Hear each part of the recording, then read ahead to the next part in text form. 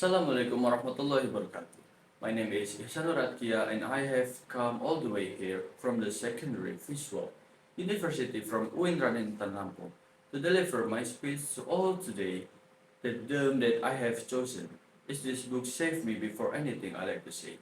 That I have done a speech on this topic, but the book that I will be talking about is different to give you a little background information about myself. I started reading when elementary school started, and this time, though I didn't really go out of my comfort zone that much because I just didn't want to read books that I would not like when I was in third to fourth grade. My mother introduced me to a book that she said had a really big impact on her. It was really skeptical of it because it didn't seem like something that I would enjoy, but I started reading it on a hymn. The book was about a young Japanese girl who is sixth grade at the time, and she had an avid love for running.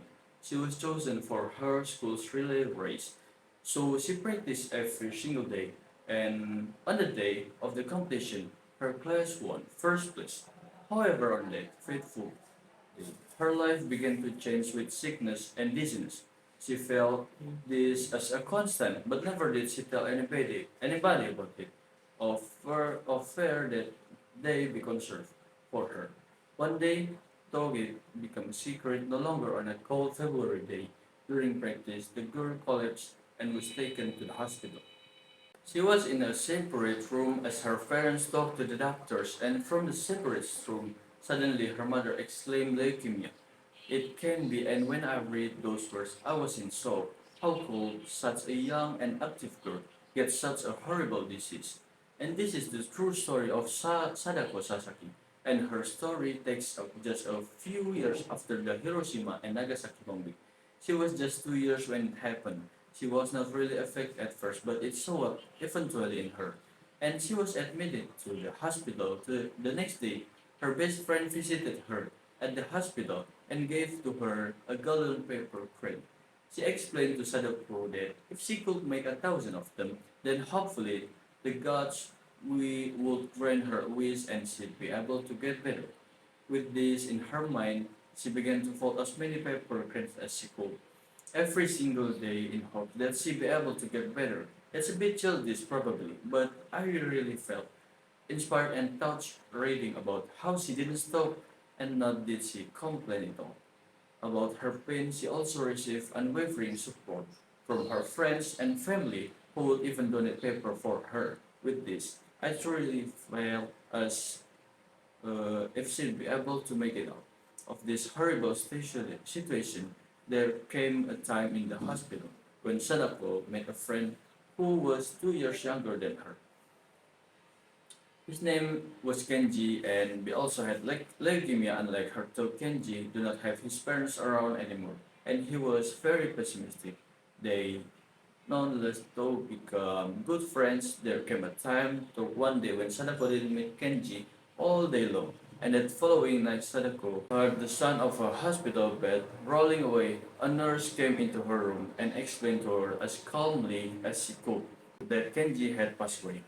That night Sadako grieved in her room for the death of her friend, but she never stopped again to keep folding these paper cranes and hope for the best. There came a point in her treatment also, when it seemed like she was getting better, she was allowed to visit home. But after a visit, she only took a turn for the worse, and that's when I knew that something bad was going to happen. One night during October, her swollen and clumsy hands fumbled with a piece of paper in hopes that she'd be able to make one last paper crane before she fell asleep that night. The doctor took the paper away from her friends and told her that she could try again tomorrow. The next morning, it was October 25, 1955. She ate one bite of her dish as her family and friends surrounded her on her she said, it's good in her sick and weak voice. She took one last bite of the dish. Her eyes slowly drifted to sleep and Sadako Sasaki never woke up. When I finished the book, I was in tears grieving for this girl that I had never even met before, but I was so incredibly thankful that I have gotten to her of her incredible journey. She had taught me and so many different people the importance of the importance of peace and how to maintain it.